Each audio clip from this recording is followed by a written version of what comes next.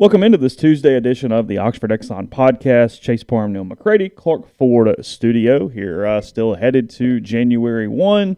Ole Miss and Baylor from the Caesars Superdome. Last time Dave Aranda was there, it went pretty well with LSU back in 2019. We will better than it went for Ian Book the last time he was there. Oh, Jesus. Yeah, we'll try to avoid that even happened last night. Look at press conferences with things that Dave Aranda and Lane Kiffin said yesterday. We'll look at a story on ESPN about Matt Corral I thought was interesting in a couple different ways. Little basketball news in a couple different directions, and more coming up on today's show. Show brought to you every single day by the Oxford Exxon, Highway 6 West in Oxford. Remember to get 10 free bucks. It's pretty easy. You head to the pump, any Blue Sky location in Mississippi, and you can get that by taking a picture of the QR code at the pump. Hit a couple buttons, 1,000 points, 1,000 bonus points, $10 right there at the tank when you're filling up there, courtesy of the Blue Sky location in Oxford and throughout Mississippi. Also, lunch specials, $5.69, 2 sides of bread, 32-ounce drink, and all the other favorites here at the Oxford Exxon. Again, coming to you from the Clark Ford Studio. We are Clark Ford's in Amory, Mississippi, 662-257-1900's that number. Call it, ask for Corey Clark. Tell Corey what Ford product you're looking for. He'll send you a quote within 15 minutes in business hours, right to the bottom line. No hassle, no haggle. You get your quote, and the rest is up to you. You can shop that quote around. You can do what I've done, what I recommend that you do. And let's hop into a Clark Ford today. 662-257-1900. Guest will join us on the Rafters Music and Food Hotline. Rafters Music and Food on the Square in Oxford.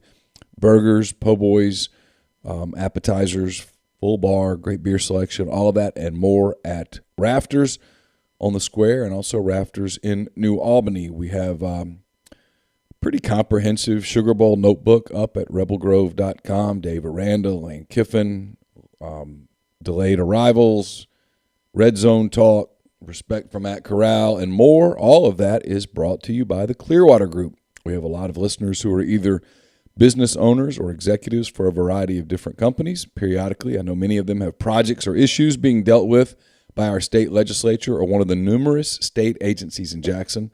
No matter what, you have to get it dealt with, and you want to make sure you get the best results possible for your business. If you need guidance for how to successfully navigate through state government, I recommend you reach out to the Clearwater Group. Clearwater Group's been working with Chase and me for years. They're in the lobbying business. They have an exceptional reputation in this world, and that really matters. So if you need some guidance on how to move forward or an issue with state government or even larger local governments, you should reach out to them and get their advice. Just email them at austin@clearwatergroup.ms or look them up on the web at clearwatergroup.ms. I'm going to be loading the MPW Digital pregame show tonight. It'll be a live stream. Most everything's recorded, but you can come in, chat if you'd like. Have all that up. It's brought to you by Walk On Sports Bistro. They put everything they've got into bringing you game day with the taste of Louisiana. Dig into their mouth-watering Louisiana cuisine, po' boys, gumbo, voodoo shrimp, plus fan favorites like juicy burgers, fresh salads, quality fresh ingredients you can't help but crave. Walk On Sports Bistros at 1737B University Avenue in Oxford and also 720 Highland Colony Parkway in Ridgeland. Walk-On's Sports Bistro, more than a restaurant. So, as he mentioned, today's coverage brought to throughout the week by the Clearwater Group, but today focused on defense. It will be their turn at the podium. You don't hear from Ole Miss assistants very often. That will happen today. Is it Durkin and Partridge? Is it both of them? It's Durkin and Partridge and 5 defensive players, and then the Baylor offensive coordinator and 5 Baylor offensive players. Okay. And then tomorrow, as predicted, it will flip-flop. They will flip. So tomorrow we'll get Jeff Lebby.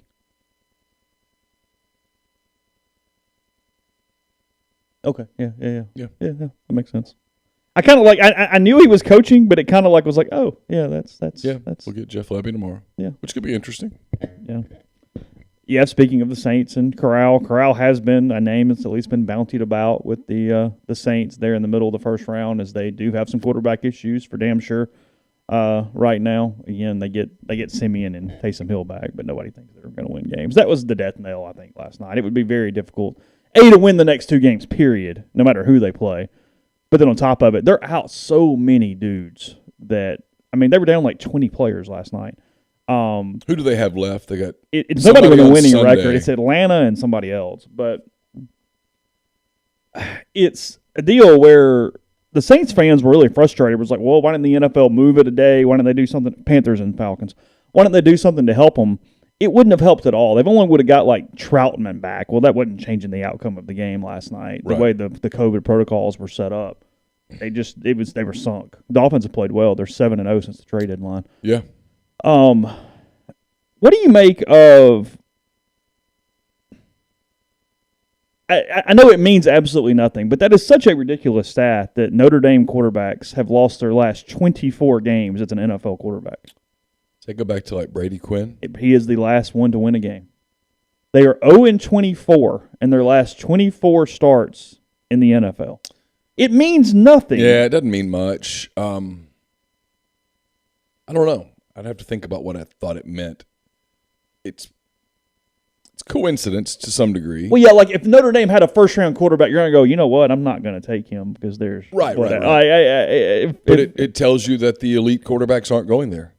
Oh. You think it means that? Does it mean we're overhyping Notre Dame quarterbacks because they're winning games? Of course. We overhype a lot of things based on brand. I mean, Notre Dame is the name brand in the grocery store. As opposed to the Kroger brand that's sitting right there next to it that is essentially the same product, but $1 less. Yeah. You pay for the golden helmet and the tradition and touchdown Jesus and the NBC contract and all that stuff, sure. When you play quarterback at Notre Dame, you get lots of exposure. Doesn't mean that you're better than the guy at Marshall. Just means that you get more exposure. Book was a fine college quarterback, but no one ever watched He was fine. You never watched Ian Book and said, that guy's going to go win games in the NFL? No. If you'd put Ian Book... Even when they drafted him, you went, hold on, what? Well, if you'd put Ian Book at Kentucky or Arkansas or South Carolina... Been fine. He'd have been fine. But nobody would have gone, man, that dude's lighting up the SEC. I mean, I'm trying to think of an example, and it's hard to even come up with a great example.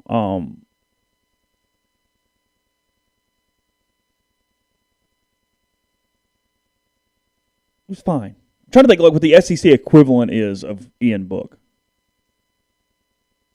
It's hard to even really come up with, like, it's just mediocre. Yeah, I don't know.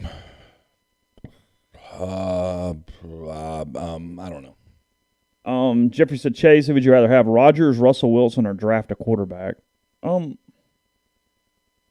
Rodgers? Yeah.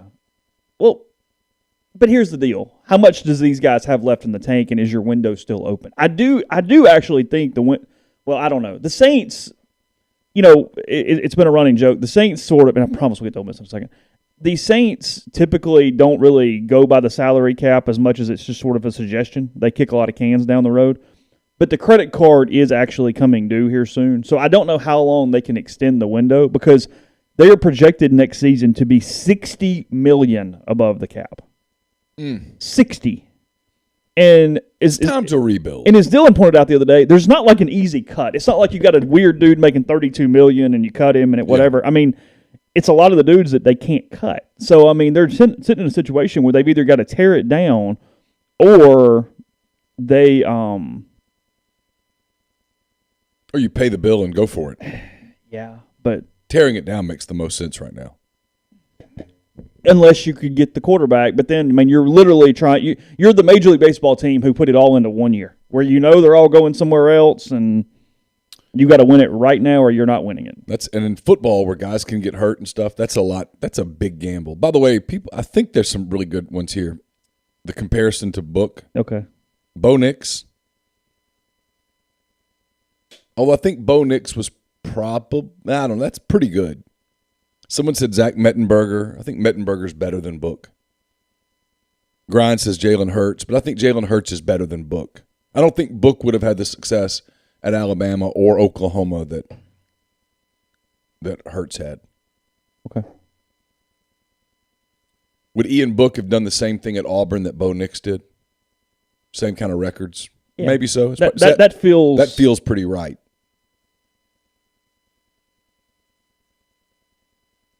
Okay. That's fine.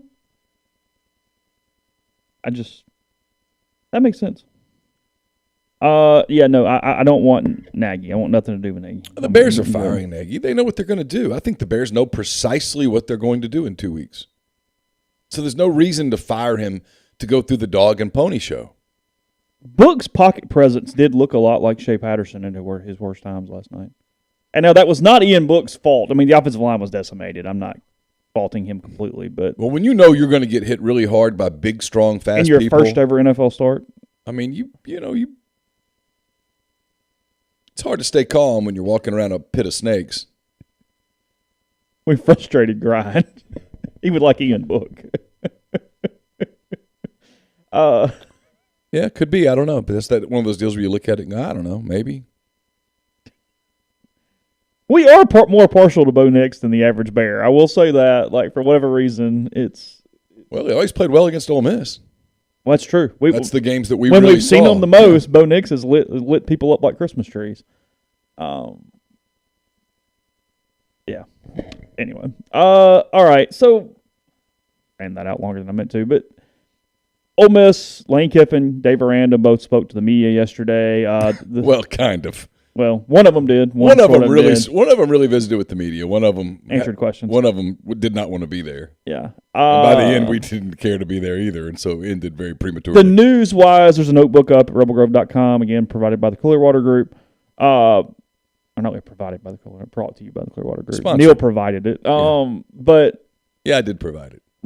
The big news out of Baylor is that Shapen's shoulder is not going to allow him to be eligible or to play. Yeah. He was the quarterback against Oklahoma State in the Big 12 title game, had a hell of a first half, and then was hurt and kind of got banged up a little bit in the second half. And then their starter, Jerry Bohannon, looks like he will be able to play. He's a little more of a runner for the Bears. He has overcome his injury that put Shapen in the game to begin with, and he will be the quarterback for Baylor on New Year's Day. The thing that strikes you about Dave Aranda every time you hear from him, all the way, frankly, since he got the head coaching job, and probably as a coordinator too, but I just didn't pay attention to him in the same way, is how organized he is. It's every little minute detail. It's everything that might potentially be a problem. It is it's noticeable in press conferences, which is what is interesting to me, because most coaches are very detailed. But there's something about Aranda, the way he answers questions, the way that he sort of elaborates, that always sort of strikes me of a weird deal where he's actually presenting it in answers, too, in a very detailed fashion. Yeah, he's very, very organized. Dave's very smart. He's very detailed. He's very calm. You never really see him worked up. Mm-hmm. And then I think he's kind of a normal guy. I mean, Dave Aranda is not that far removed from trying to figure out, how to pay his bills. Does that make sense? Mm-hmm. I mean, there's no silver spoon there. I mean, he's a guy I don't think the success has gone to his head. I don't think that there's a massive ego there. He knows he's good at what he does, but I don't think there's a massive ego there. Baylor's going to pay him a lot of money, and I think he'll stay at Baylor for a while. He'll figure it out a little bit as he goes. There's going to be some opportunities, but like, for example, I'm told Dave Aranda did not pursue the LSU job at all through back channels. Almost a sign that the guy knows that's not a good fit for him. He does appear to be one of those dudes that's comfortable in his own skin and knows, hey, I've got to make the right decisions, not just the flashy decision as you move forward.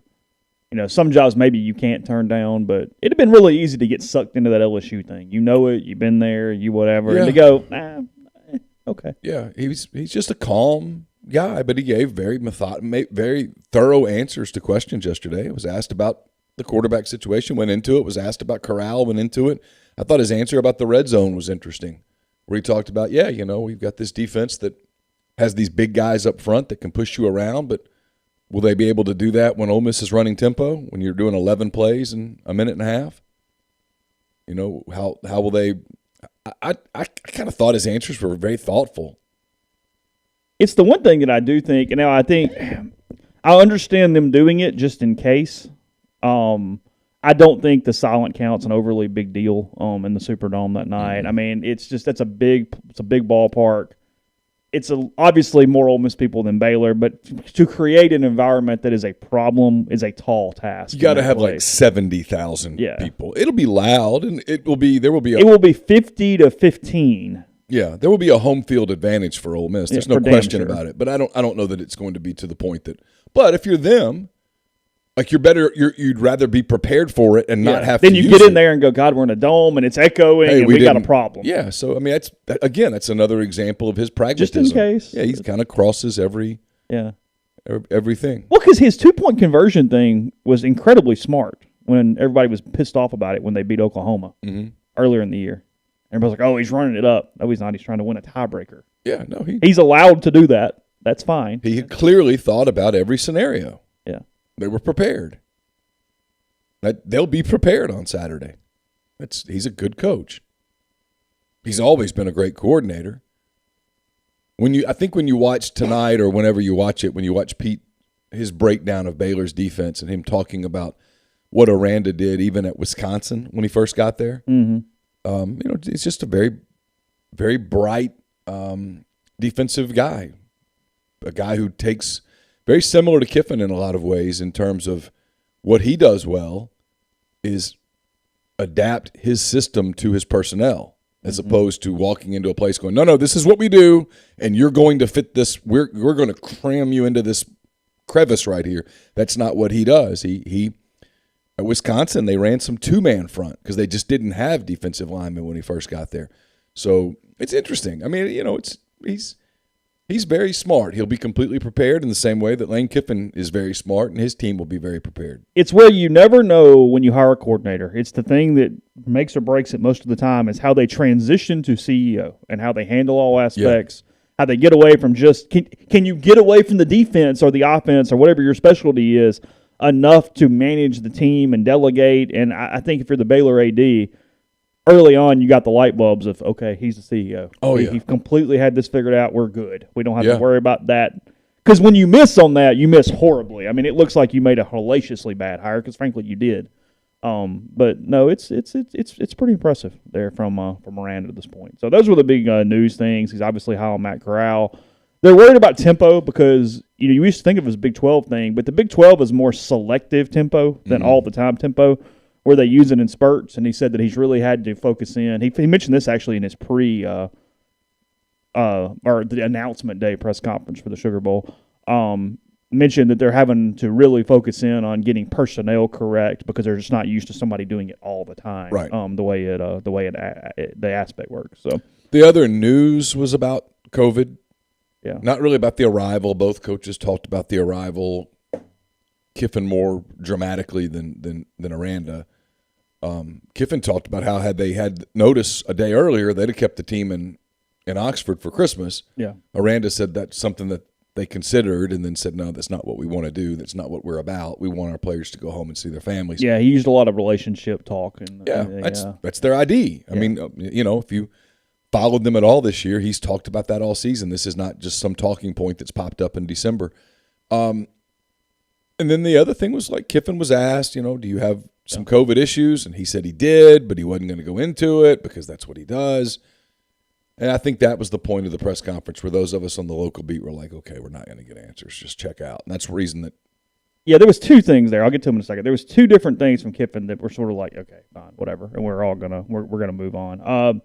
Wait out a second so we can talk about it continuously without having to stop. For I'll tell you about Community Mortgage, Oxford, Memphis, Soto County, and Chattanooga. All underwriting and processing is done in Memphis. They're getting local underwriting that understands your market, a leader in condo financing, the float down option, and more. You can find Jason at 662-234-2704 or JLOWE at communitymtg.com. Bowl season is ongoing. There's still a lot of games getting played. If you want to bet on them, I highly recommend BroThrow. It's a social sports betting network, free to use. It's a cool, fun way to bet. No third party, no juice. Over time, that saves you money. You can start your own group, make friends, invite your friends. Payment happens within 24 hours of the conclusion of your bet. You can take the other side of an existing bet, start a new bet, and more at bet.brothrow.com. Brought to you by Muddy Water Camo. Go to Muddy Water Outdoors, enter the promo code Rebel Grove, get 35% off any products from the site. free shipping on orders of $100 or more. Also, you can go to deadsoxy.com. They've got a bunch of different promos for the holiday 2021 promotion. They've got 25% off any order just using the code Rebel Grove. If you order $120 or more, use Holiday30 as your code, get 30% off. If you order $240 or more, use Holiday40 as your code and get 40% off. Free shipping on orders of $60 or more at deadsoxy.com.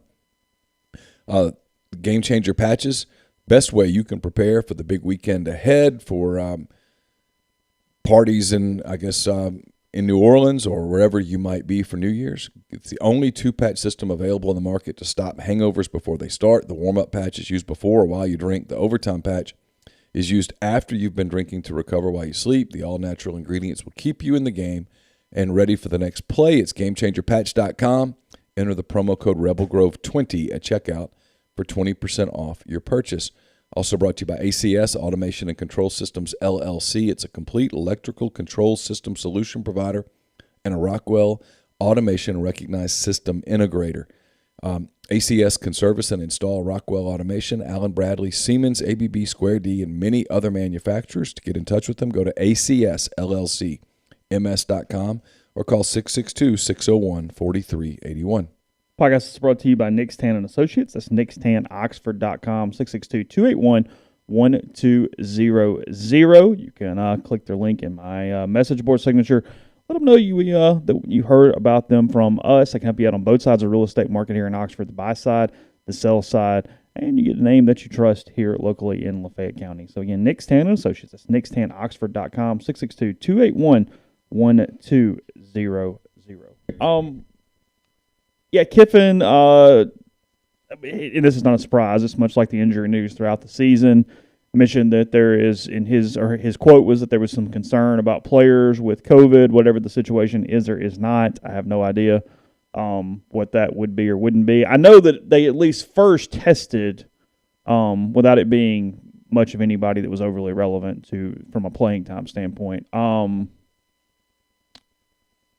He did, as Neal said. He said that had they known a little earlier, they might have changed some Christmas plans. That essentially he, I think his quote was either you want to play or you don't, and you do what is necessary to get that done. It was something along those lines, even though that wasn't verbatim. Take this for what it's worth. Okay. I've told you this. I don't know that I've said this on here. A source I trust has referred to Kiffin's mindset about this game as, quote, hell-bent to play it, end quote.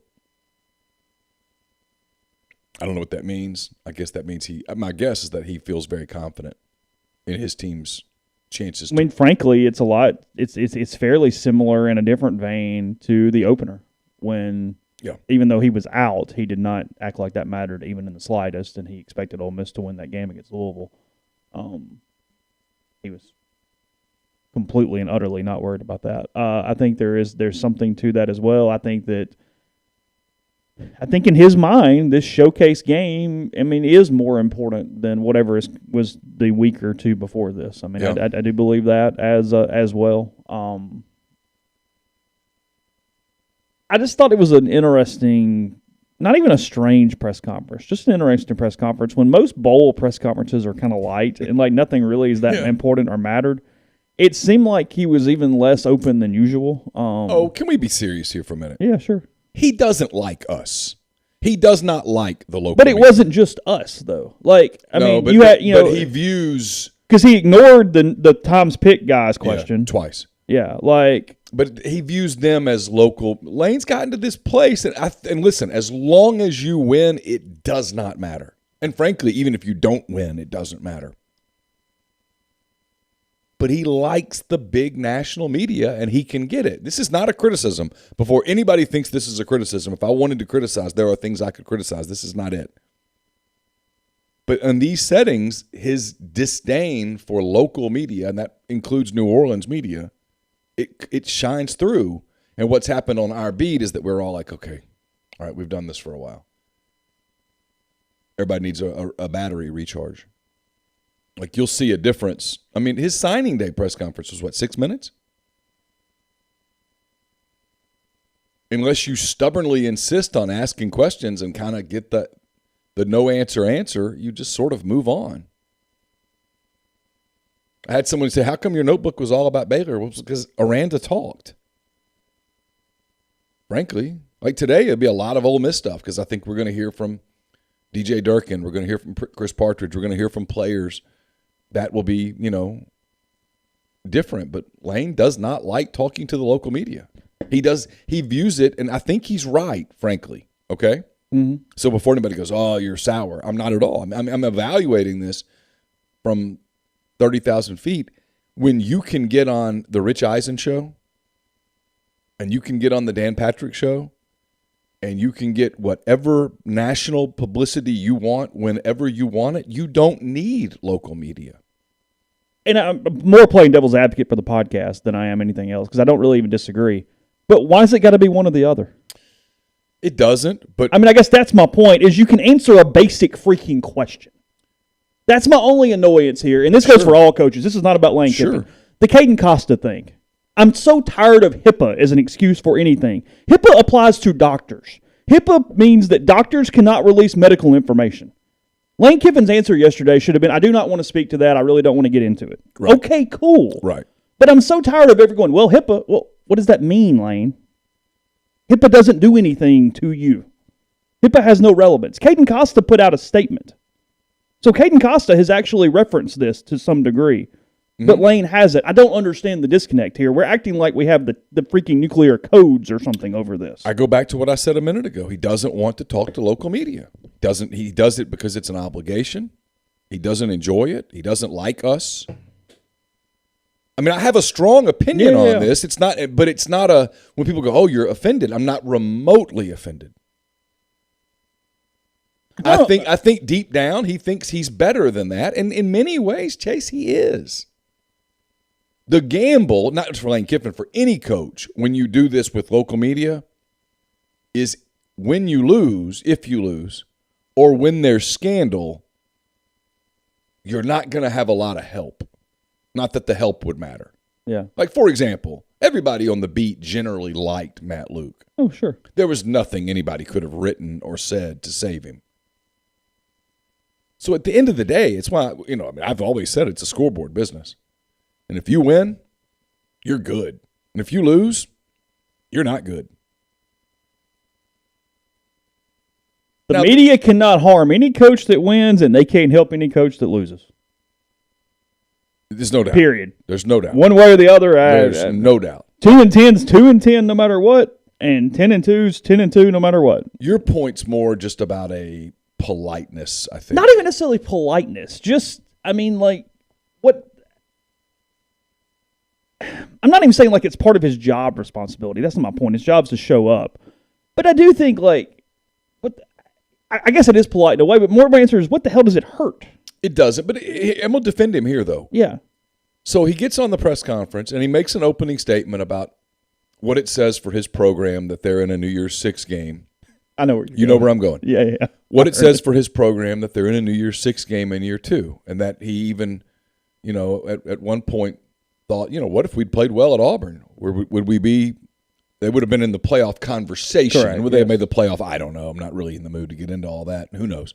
Probably not. But regardless, what does it say that they're this close to being in the playoff conversation? And they were a win over Auburn away from being in the playoff conversation. And then a kid from the Tulane hullabaloo, bless his heart,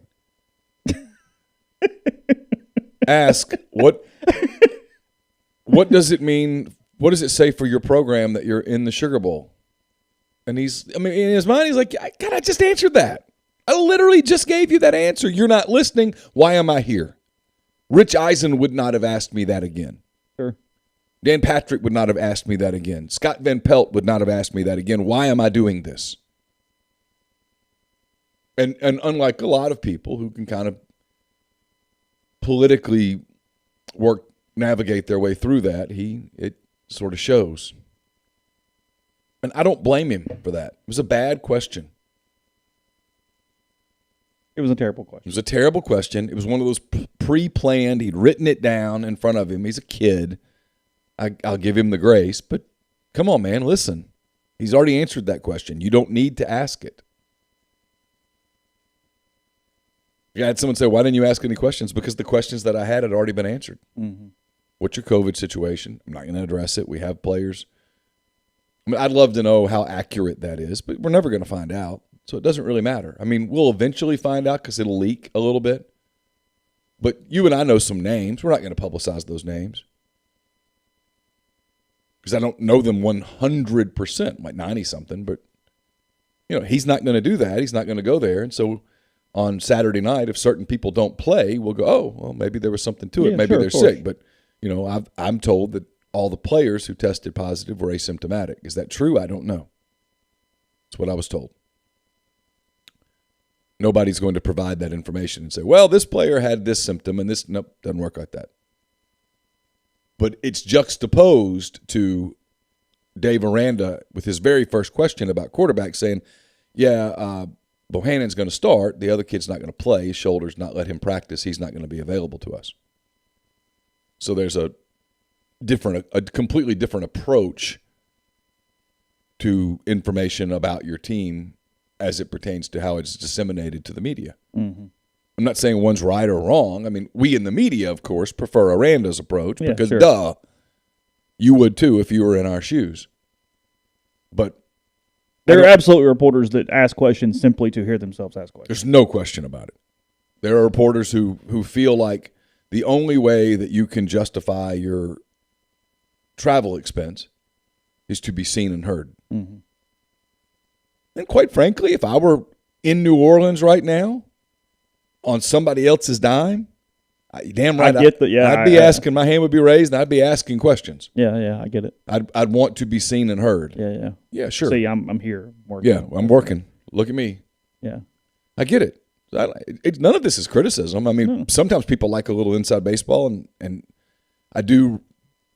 Some people get the diehardest of diehard fans get bothered by anything that they hear that sounds remotely like criticism. But Lane's been very consistent with the way that he treats local media. People are like, it's not really true. He doesn't really not like you. Yeah, I think I would bet on that deep down he does not like He does not believe it is an accurate use of his time. Yes. It might not be personal. Yeah. But he doesn't want to do it. If he weren't contractually obligated to do it, he wouldn't do it. We're trying to call him out, Russell. He asked about A&M canceling. I gave it a shot yesterday. Yeah, I mean, I kind of called him out. But the answer to Russell's question is because COVID is the get-out-of-jail-free card. Yeah. If you say, hey, we can't play because of COVID, okay. Oh, hope you get well, fellas. Yeah. That's the media response to that is, well, gosh, you're in my thoughts and prayers, and I hope everybody's okay. Since there wasn't a ton of Kiffin answers in this, the only other thing that kind of caught me here, and not really, it feels like it's criticism day. It's really not. Did you feel like he's legitimately worried about fans showing up, or are we just continuing the same storyline? Because that answer was a little strange. Yeah. I have no idea which team is going to bring more fans. Yeah. I mean, Ole Miss has sold like 30,000 tickets through the school. For whatever reason. It is a documented thing here. I don't get it. For whatever reason, I don't. That storyline has not motivated me this year, but I do find some of the comments on it to be. I mean, he has to know by now that. I mean, come on. He's dating a girl from Oxford who knows everybody in Oxford, and this town. Who works for the university. If you want to rob a bank in Oxford, Friday's the day to do it. Yeah. I mean, there's nobody here. Everyone's leaving. So, the Pollyanna thing would be, well, he's just trying to motivate people to actually go ahead and go, even though they've been a little worried about game cancellations and things like that. But everybody's going. There's been no fall off here. So I think my answer, now that I think it through, is that he is so checked out by the end of those things. And he gets those. Who asked that question? It was it was the Daily Mississippian. It was, yes. Who asked that. And he hears that and he thinks, I'm above this. That's what he thinks. I'm convinced of it. It's not personal, but I can get Rich Eisen on the phone. I don't have to talk to the Daily Mississippian. But that turns into, I hope people show up. I don't know. I mean, but So you changed the answer from something. I don't think he's engaged in that answer. I just think he's just talking off the top of the very tip top of his head. I don't think he's engaged intellectually in these conversations. And if you think about it, the only times this entire football season that he engaged intellectually in conversations with local media was when one of us asked a question that was kind of big picture about the sport. Mm-hmm. He likes those questions. Well, he thinks about those and things. those questions are, frankly, what he typically would get from a national media source. Yep. Because they're not asking minutia. So you're talking about, hey, the portal, the 25 versus the 32, NIL. I mean, you're talking about things that he thinks about, that he talks about, and that when he talks to national media, those topics come up. I think when he's asked the question about fan support, he's like, I'm sure in his mind, he knows Ole Miss is taking a ton of people down there. What's he going to say? I think it's awesome. We're going to have 50,000 people there. That's not him. In fairness to him, that answer would be completely inconsistent with the way that he thinks. But the appropriate answer, if you really think about it, is, hey, I know we've sold a lot of tickets. Hopefully the COVID doesn't get too bad. Everybody shows up. I hope we have a great week. Okay, cool. You move on. Yeah. Because here's the disconnect to it. I guess I am criticizing a little bit. I don't really mean to, but That's okay. I guess I kind of am. Is Ole Miss is trying to get up a bunch of NIL collectives right now. Mm-hmm. Small level, mid-level, upper level. They're trying to do a ton of different stuff. And it's a sort of perception and reality here. Should this bother fans that Lane says this stuff? I don't know. It's up for you guys to decide. Beats me. But it does bother a lot of fans. And anything you're doing is a negative to potentially keep somebody from putting $1 in a coffer, whether it be the huge capital campaign that's about to be announced, whether it be NIL or whatever. What is the point? I guess that is my answer to this. There is actually a tangible element to this on your program. It's not just, I don't like local media or I do this or whatever. There is a harm in this when you frustrate this number of fans over something that you've harped on all year long. Well, this is where if I have a criticism of the decision to stay in Oxford, it's this. Now, they're going down there on the 29th, so it's fine. But if I'm him, I have... give me a number, 40 to 50,000. Let's say 40 to 50. 40's fine. Yeah, okay. Whatever. It's fine. Ole Miss fans down there starting on probably the 30th. Is that about right? Is that when most people are heading down? Oh, yeah, I think that's fair. As much as I'm not comfortable doing it, as much as I would not want to do those things, it's probably in the best interest of his program. And I don't mean go out and see the common folk. Not from Pete Boone's word, not the cap and T-shirt crowd. Cap and T-shirt crowd, yeah. But now the people who are donors, who potentially could be big donors, I'm wanting to talk to those people in New Orleans because I've got... Frankly, any opportunity you can right now because it is a critical juncture. But New Orleans would be when I'd want to do it because they're down there specifically to celebrate this end-of-season deal. You've got all these people down there, and now's the time. You want to say, hey, we want to make a habit of this, and to do it, we've got to get more involved in NIL, and I need your help. By the way, thank you to all SEC 26 for the super chat. Really appreciate that. Thank you very much. Hope you're having a wonderful holiday season. And so I do think when he gets down there, I think he's got to do some of that. Yeah. I do. I think not doing that would be a mistake. You're not guaranteed to always have momentum. And when you have that momentum, you do have to capitalize on it. And that's a perfect opportunity. It is. It's everybody's there for one purpose, and you went 10-2, and you're in the Sugar Bowl. And they're celebrating. Yeah, they're in a good mood. It's checkbook's gonna be a little more open. It's the end of the year. Sure, yeah, absolutely. Hey, we can write that off. Okay, yeah, absolutely. We can put an extra 2 on that. You just need people to get involved in it. You've there's a place to have those conversations, and I know there are people out there that are like, well, he shouldn't have to politic for it, and you might be right. I'm not saying that you're wrong. But it might be the situation where you have to politic for it. At least right now. Yeah. And so, I mean. And frankly, I think you have to politic it forward at 127 and 130 schools in those things. I think there's very few times where, the booster doesn't care at all. Doesn't care if you talk to him or at least whatever. I mean, agreed. Personal relationships still dictate things to some extent. Nobody's saying you got to have them over for dinner, but there's something here. Well, there's a reason that political candidates, this isn't Republican or Democrats, everybody can relax. There's a reason that political candidates, when they do fundraisers, they get out and press the flesh. Mm-hmm. Even the big ones, Hillary Clinton, Donald Trump, big names, right? Yeah. I mean, if the dinners and the hands. Well, let's use Hillary Clinton and Donald Trump as an example right now. That's a Democrat and a Republican. We're all good. Yeah. If they were either one to decide that I'm going to run for president in 2024, they would have to start raising a lot of money. Their very first thing would be to build a donor base through a relationship. Fundraisers where they were personally there. Yeah. Now, do either one of them really want to be there pressing the flesh? I don't know. Yeah. I don't know, but they would have to be. And so I think that's kind of where Kiffin is a little bit. And I don't think it's his comfort zone, but growth comes from discomfort. And we talked about this at the end of the season, and I think it remains true. This feels like a dissection of Lane Kiffin today, which is not what we intended to do. That was not really the point, yeah. But the next step for Ole Miss, for Kiffin, look, there's not a lot of room to go up from where they are right now without getting into the playoff and competing for the national championship. Mm-hmm.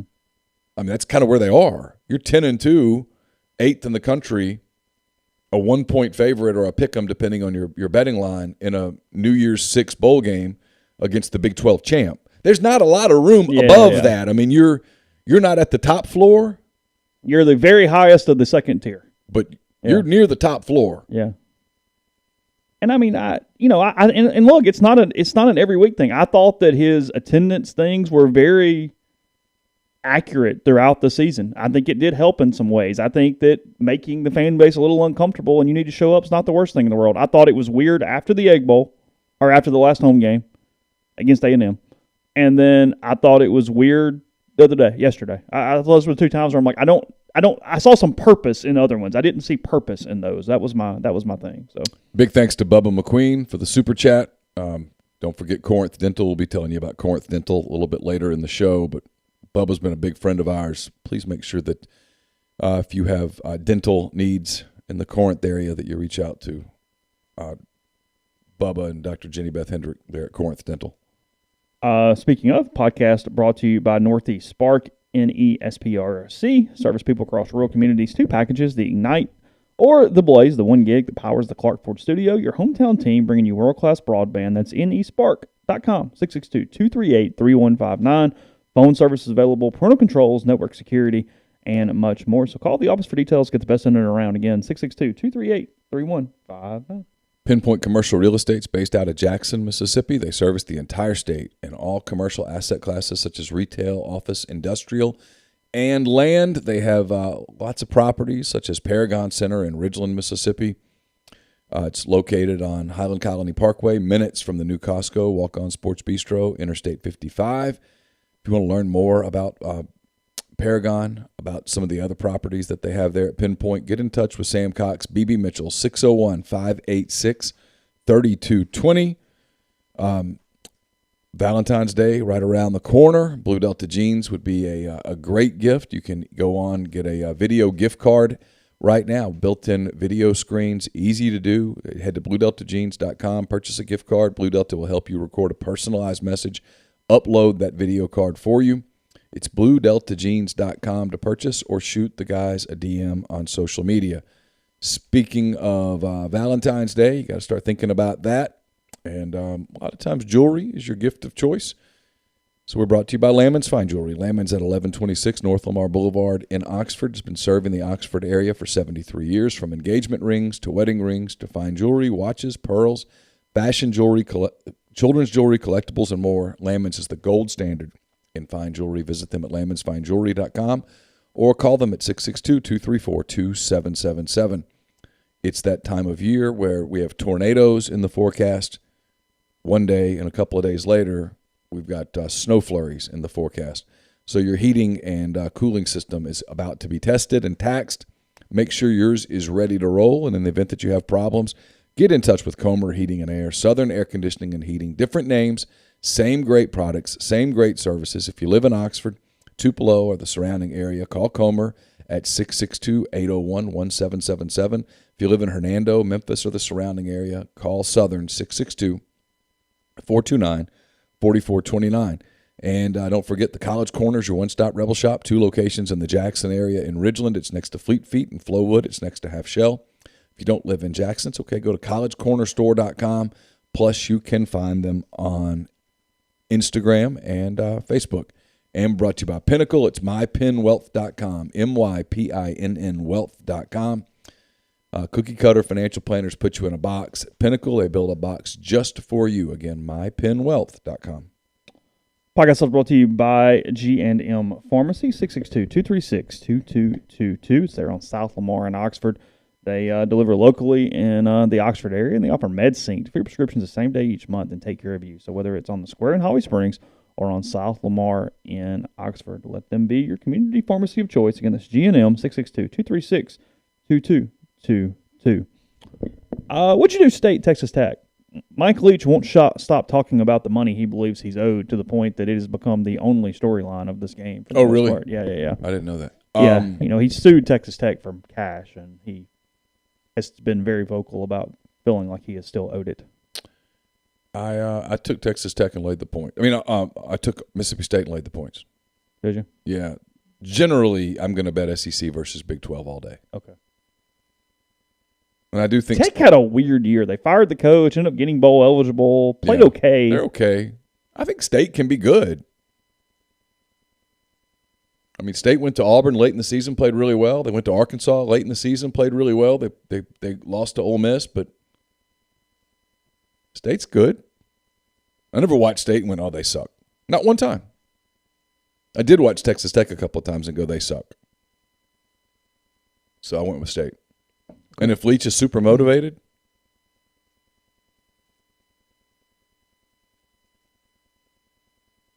Rodgers might have a really big day. he could. Yeah. He's been really good all year except against Ole Miss. I mean, is there an SEC team you really don't feel good about? I didn't feel good about Missouri. I don't like Auburn against Houston because I just don't see a scenario where Auburn cares. Okay. Like, how do you get them excited for that game? Guys are opting out and stuff, and Houston's going to get geeked up to play Auburn.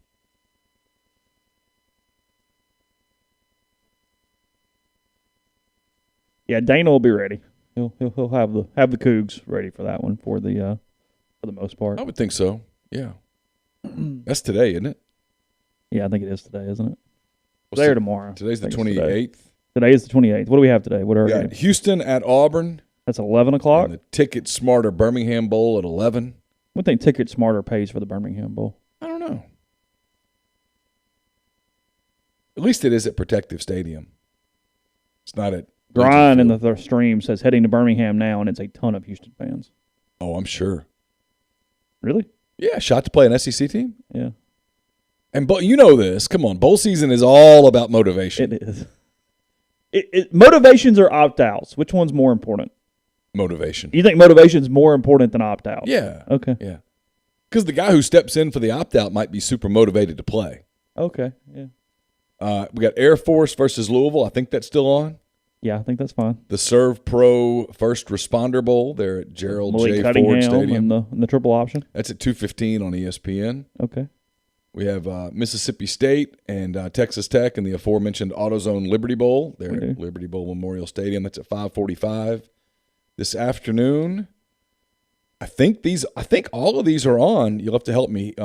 UCLA and NC State. I think that's on. Yeah. San Diego County Credit Union Holiday Bowl. They're at Petco Park.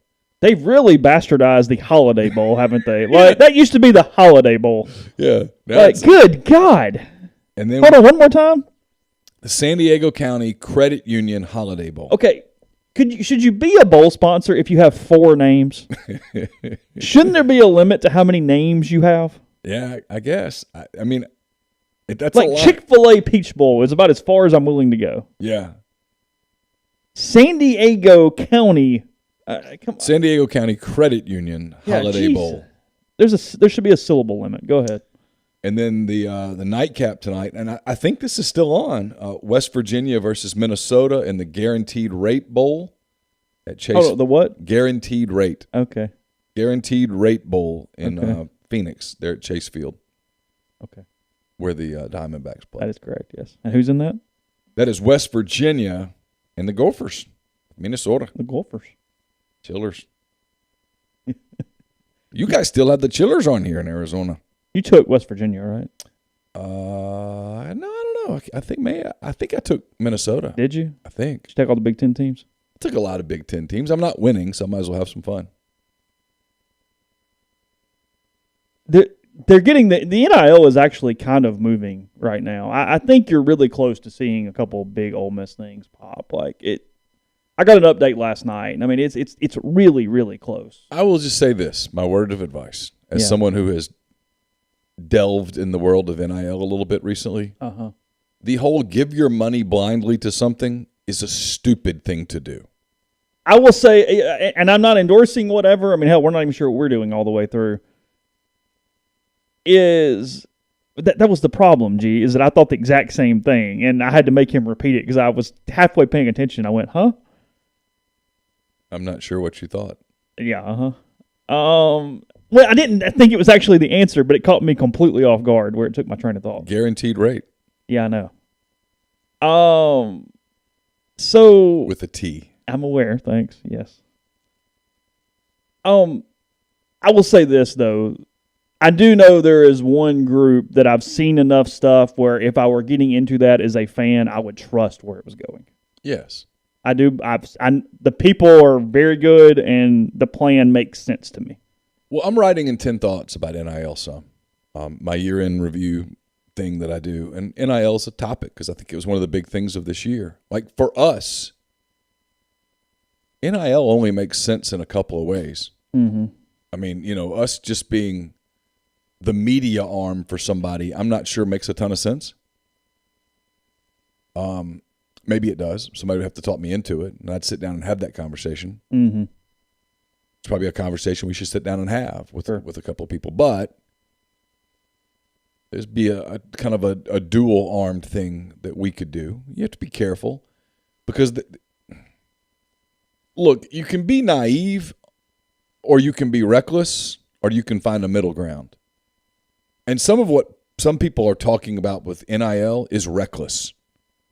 If you don't file the commensurate paperwork, if you don't do everything above board as it pertains to NIL, you are absolutely providing the NCAA with a starting point for an investigation. Mm-hmm.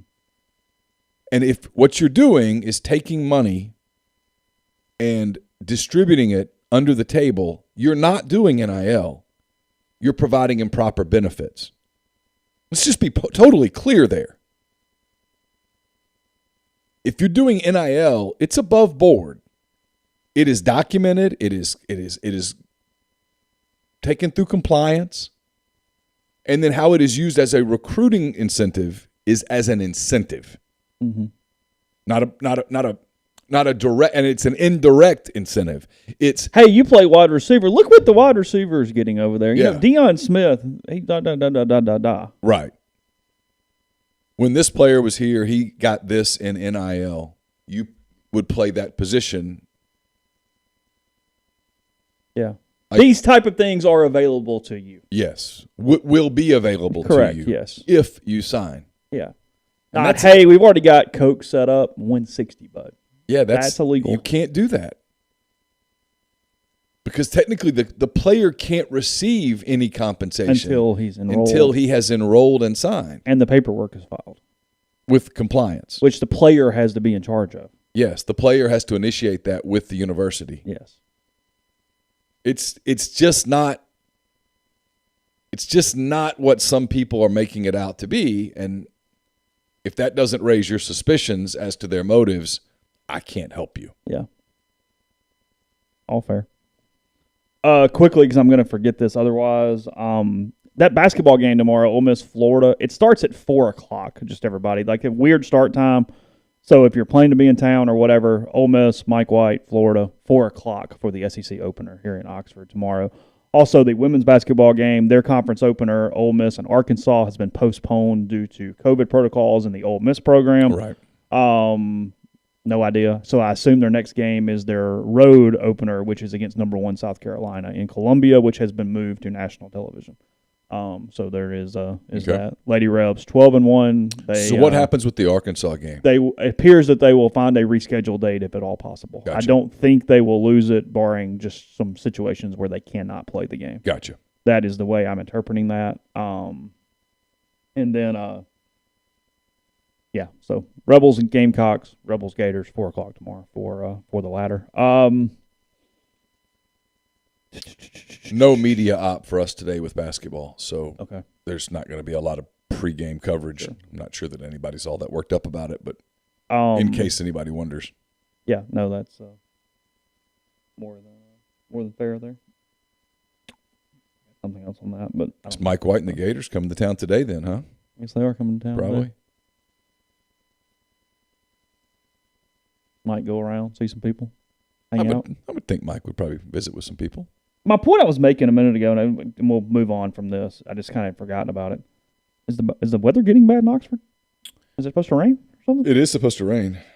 But whether it should or shouldn't be, speaking to boosters when you have chances is sort of just almost second nature to a lot of coaches. I mean, I remember this. It was the anecdote I was going to give anyway, and this wasn't in the middle of a campaign or anything else, but when we did that illustrious show that everybody talks about with AK back in 2016, he had come into the Weston, and we'd had a drink or two, and we're just kind of hanging out. And then before the show, he asked how long he had, and he left to go see a couple boosters downtown and then come back. Yep. And it was just quick, random, hey, I'm in town. I better go say hey to these couple guys, and then I'll be back. I'll be back at 6:45, and we'll do the thing.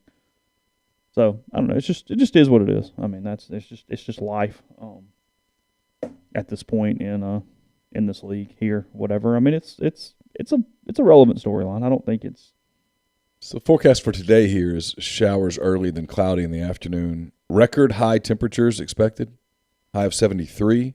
High of 73. Chance of rain 50% tonight. Scattered thunderstorms early, then mainly cloudy. Chance of rain 70%. Tomorrow's Wednesday, is that right?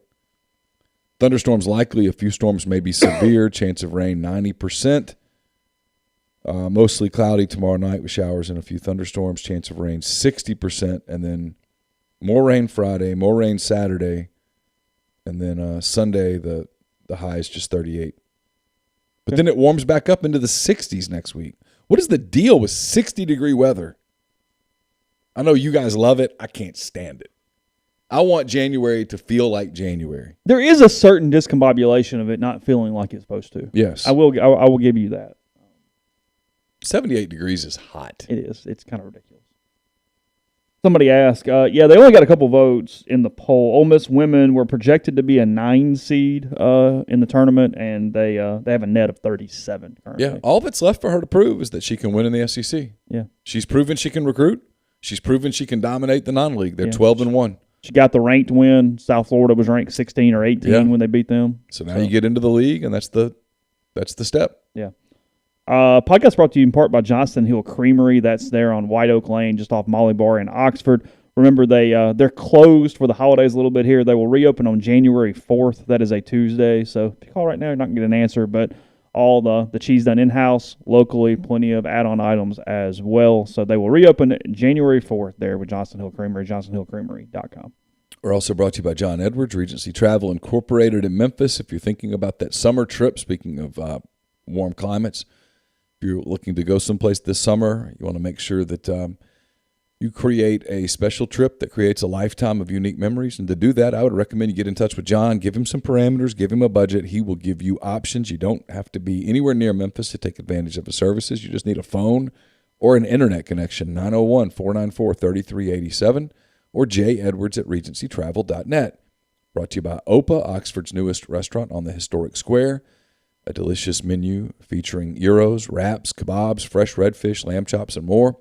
An awesome bar serving your favorite handcrafted cocktails, frozen libations, and amazing candlelit patio, 306 South Lamar in Oxford. Also brought to you by Grenada Nissan. If you're in the market for a Nissan vehicle, Grenada Nissan's the place to go. A complete selection of new and previously owned Nissan vehicles, great lease deals as well. It's GrenadeNissanUSA.com. Whitney McNutt of Tommy Morgan Incorporated Realtors is serving you for all your real estate needs in Oxford and Tupelo. Whitney sells condos, land, commercial, and residential family homes. You can reach her at 662-567-2573 or 662-842-3844. Service Specialist is recruiting both an executive director and a director of sales for a brand new independent living community in Oxford, seeking individuals with strong sales experience and or extensive managerial, administration, and operations execution background. Senior living experience is preferred, but it's not required. Those of you that want to move to Oxford and lead the opening of a major business development with a successful company, this is your opportunity. Excellent pay, benefits, referral fees always given. Reach out to 662-832-5138 for more information. Also brought to you by Alpha Specialties, 1670 Highway 80 in Pearl. It's your trailer-specific professional. They've got load trail. They've got Hallmark cargo trailers, spare tires and wheels, a full selection of trailer parts and accessories, so much more at Alpha, 601-932-9798 or alphaofms.com. Also brought to you by The Rogue. It's your destination for fine men's clothing. Make sure you check out the Collegiate Collection. If you're still looking for something to head to wear down as you head down to New Orleans, check out therogue.com or stop by 4450 I-55 North in Jackson. And I mentioned Corinth Dental earlier in the show. Step forward and chase after a better version of yourself at Corinth Dental. They're helping people reinvent themselves one smile at a time. Dr. Bubba McQueen, Dr. Jenny Beth Hendrick, devoted to restoring and enhancing the natural beauty of your smile using conservative, state-of-the-art procedures, including Invisalign. These clear aligners are the virtually invisible way to improve your smile. So call them today.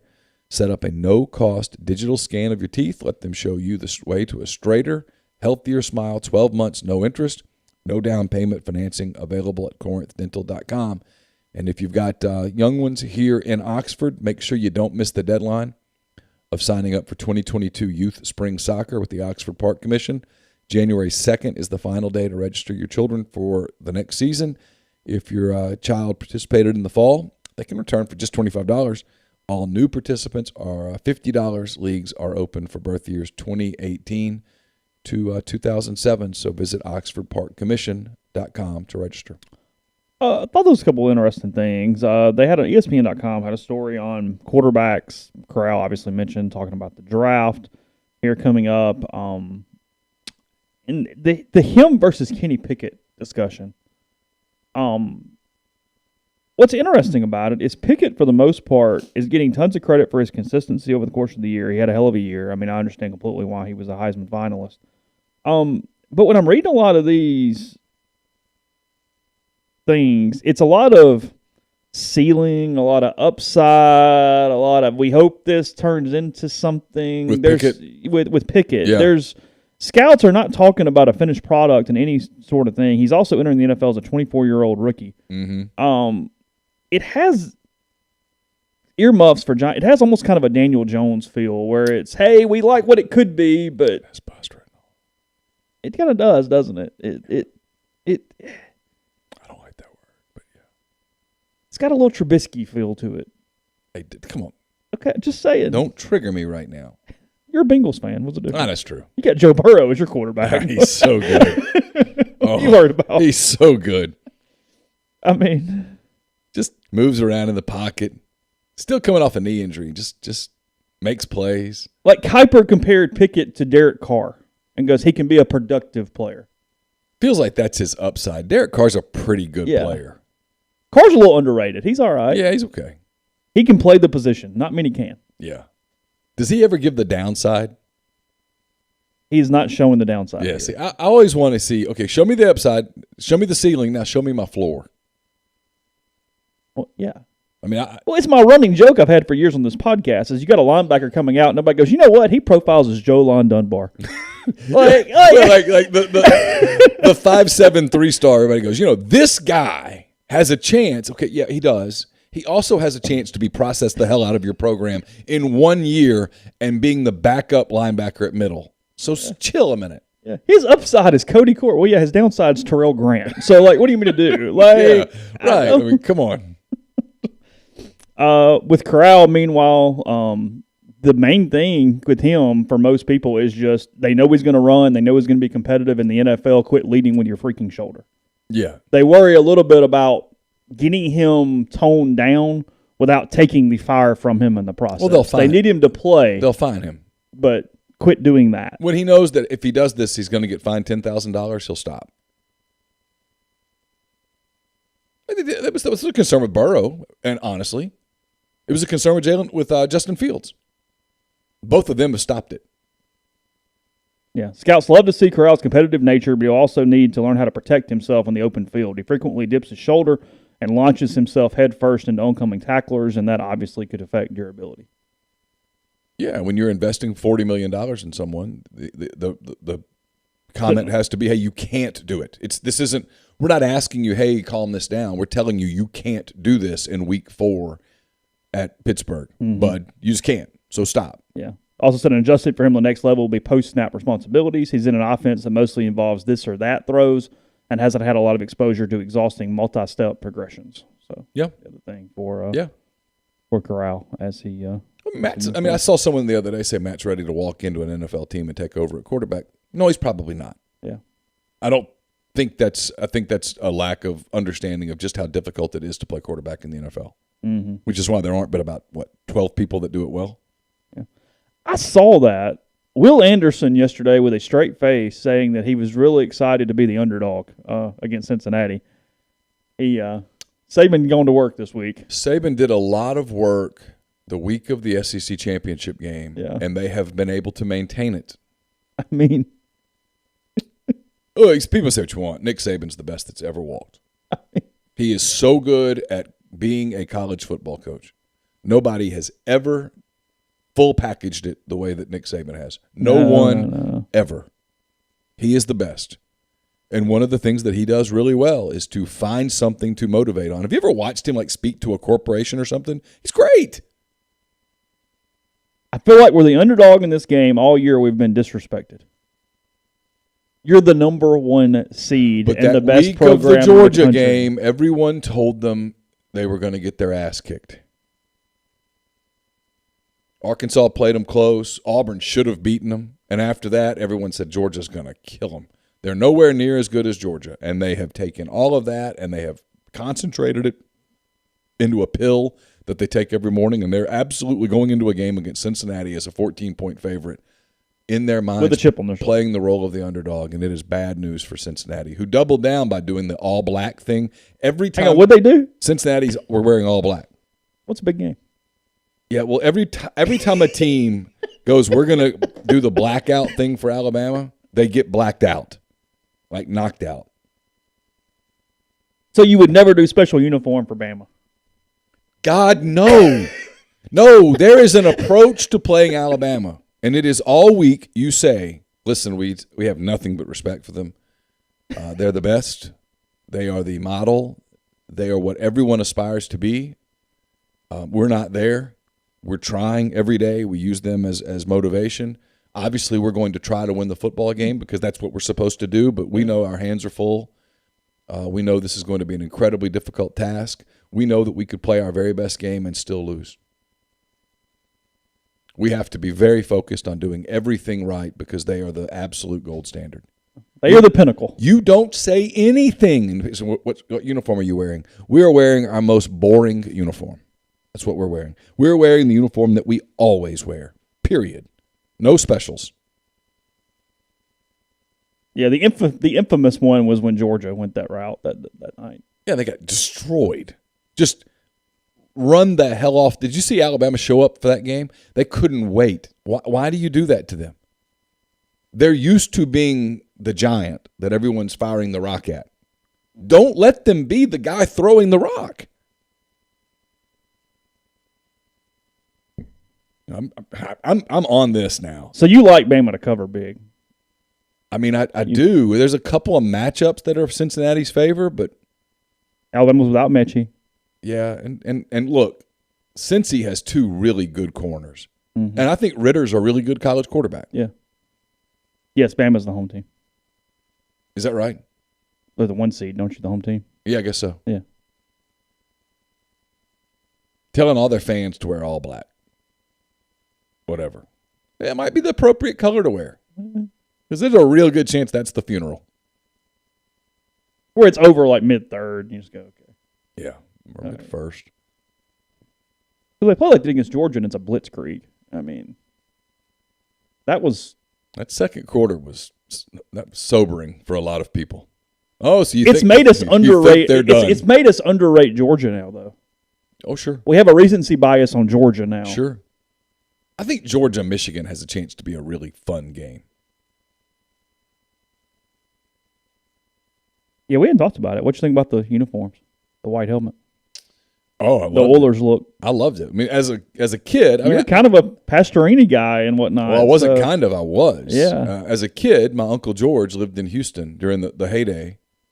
And you got to remember now, that was what, early 80s? Late 70s, early 80s? Earl Campbell, Dan Pastorini, Robert Brazil, all those cats. Mike Renfro had played college ball at Louisiana Tech. He was a wide receiver. And so, yeah, I mean, I cheered for the Oilers. That was probably my team as a little boy. And those uniforms are straight fire. The white helmet with the powder blue top and the white pant with the red and powder blue stripe. And then they'd wear the blue pant with the white top. And if I'm Ole Miss, I'm absolutely ordering powder blue pants. We talked about this on the Christmas show. And even Caroline, who's not an Ole Miss person, said Ole Miss, she loves the powder blue. Like, if you're going to do the powder blue, do it. I know I'm upsetting people right now. That white helmet is great. Like, it's so great that I don't know how you can have that helmet and not wear it. Exactly honest. Like it's striped and everything. Everything. Okay. I don't know how you can look at that helmet and go, no, we're going to wear something else. Are you saying phase out the Navy helmet? I'm saying... You still need the Navy helmet depending on the suit, though, right? Here's what I'm saying. I'm going to be very clear here. Okay. By the way, real quick, Cincinnati is in black helmets and pants. They have to wear a white jersey. Okay. If you're Ole Miss, right now is your opportunity to own powder blue. Because your only competition is North Carolina and UCLA. And both of them, from a football standpoint, are sort of secondary brands. Mm-hmm. So own it. Be the powder blue team. Yeah.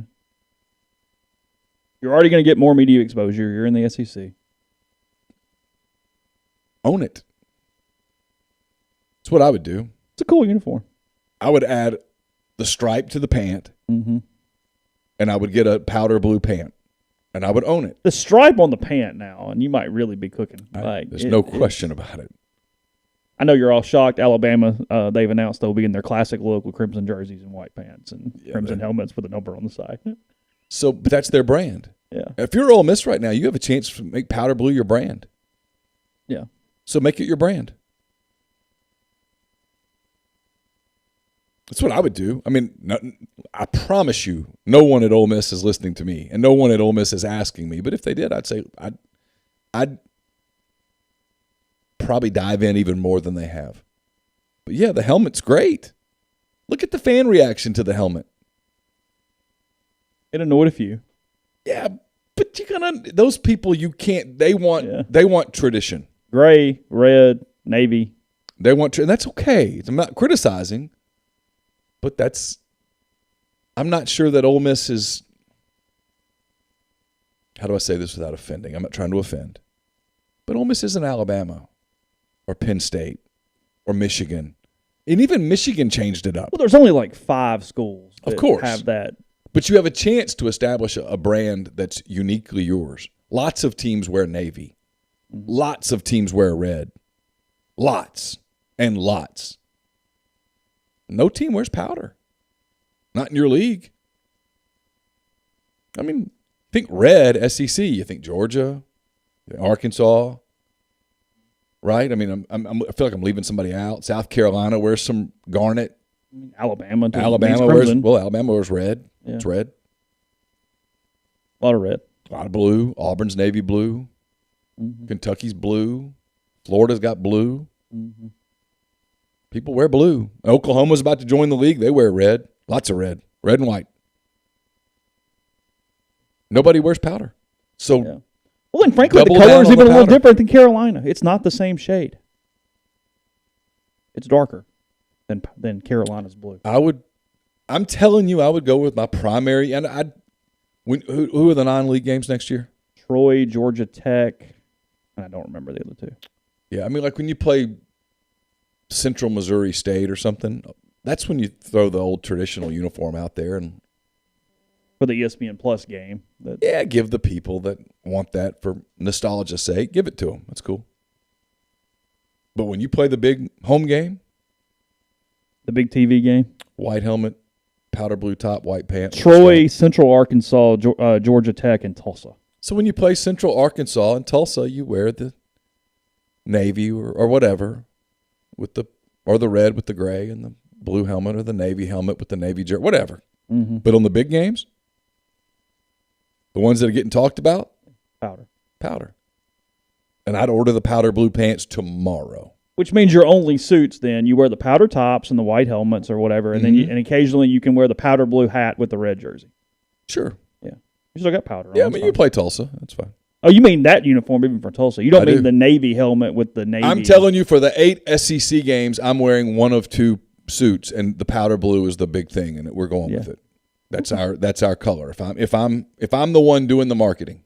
Cole makes a good point. Of all the different, because I think in baseball you get away from a different shade because baseball has that shade is their powder blue shade. That's just a baseball thing. Sure. The basketball powder blue is off. Yeah, it is. It's the wrong shade. Yeah. They need to fix that if they care. But in basketball right now, as it pertains to powders, you're a secondary brand And you're going to North Carolina and UCLA, and I don't know if there's anything you can realistically do about it. that is what it is. But in football, you have a chance to be the team that wears powder. Yeah.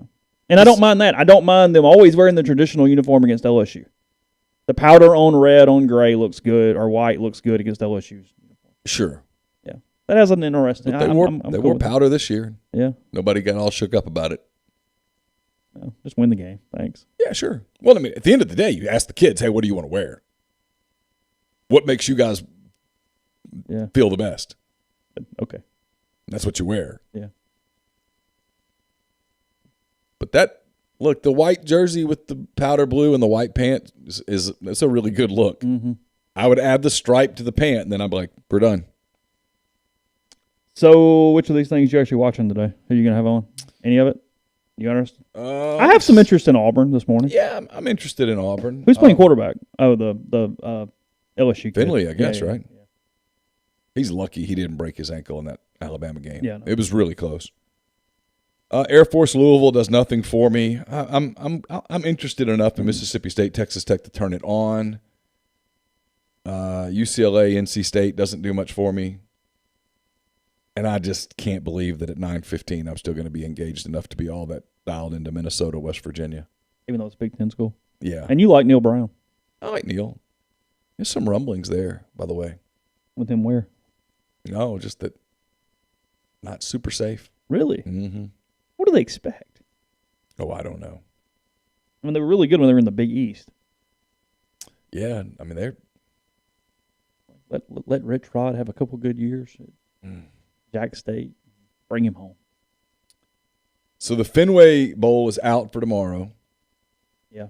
Is the Pinstripe Bowl still on? Maryland, Virginia Tech? As far as I know, it's on. Clemson, Iowa State still on. That's a good game. Good game. Oregon, Oklahoma is still on. Is that correct? That's correct. Is that the Alamo Bowl? Yeah. Okay. You got UNC and South Carolina. That's on, to my knowledge. Tennessee and Purdue is on. Pitt, Michigan State still on. Wisconsin, Arizona State, as far as I know, is still on. The Gator Bowl is now Wake versus Rutgers. I don't know. Is it? Yeah. Okay. The Sun. Oh, that's true. Yeah. So the Sun Bowl is now Washington State, Central Michigan. That is correct. The Barstool Sports Arizona Bowl is canceled, and everybody's making fun of Portnoy. Why exactly are they making fun of Portnoy? What are we? Because he's mean occasionally on Twitter. Yes, that's it. I mean, pretty much, yeah. And he's conservative. Well, Yeah, meaning in a conservative way on Twitter, yes. So he's made a ton of money, and the people who are making fun of him don't make any money, and he makes a ton of money, and so they belittle him when he was probably one of the top 5 stars of the pandemic from a saving small business standpoint. he was literally one of the most charitable people during the pandemic. Yeah. And you make fun of him. And he's able to get a bowl game, and they'll have a bowl game in the future. The reason they're not having it is because of COVID. Yeah. He's also refunding every ticket to all events associated with the week 100%. Of course he is. Yeah, 100%. That's correct. And no, it makes sense for Central Michigan. I don't blame them. They're getting $2.3 million instead of $175,000. Is this a lot of people making fun of Portnoy? Or is this a very there's small, just a little subsect over? Yeah, there's just little pockets here and there. Kind of like a little. Everybody enjoys when something doesn't go right for him. Let's put it that way. Something tells me he's going to recover from this. He'll be all right. That's my guess. Yeah. Well, somebody had to actually give him the bowl. It's not like he gets to just create the bowl without somebody approving it. But yes, they are continuing their golf tournament, but everything else is canceled going with that. So. And Portnoy's not alone in questioning the motivation of some of these cancellations. He's not the only person who says, is this really that big of a deal? Why are we testing all these people? Correct. I mean, I have that opinion. I mean, we talked about A&M a good bit yesterday. Yeah. So, anyway. All right. Another show tomorrow. We'll be back with you normal time for that. Again, Ole Miss defense, Baylor offense That today. sounded like you said no show, but we do. You said a normal normal show. Yeah, another show, normal show, something like that. All good We will tomorrow. be back in the morning, yes. Yes. So we'll be here with you tomorrow. Again. And don't forget, I will put up the MPW Digital pregame show tonight. It needs to go ahead and get done because I won't be able to do it tomorrow. And then late in the week, we got other stuff. So I'm going to go ahead and put that up tonight so you'll have it. And, yeah, it's good stuff. I think you'll really, especially the part with Pete, you'll really enjoy it. So, be back tomorrow. Enjoy that. Again, contentrebelgrove.com, brought to you by the Clearwater Group from the bowl season as we head toward New Year's Day. So, have a good day. Take care. Talk to you soon.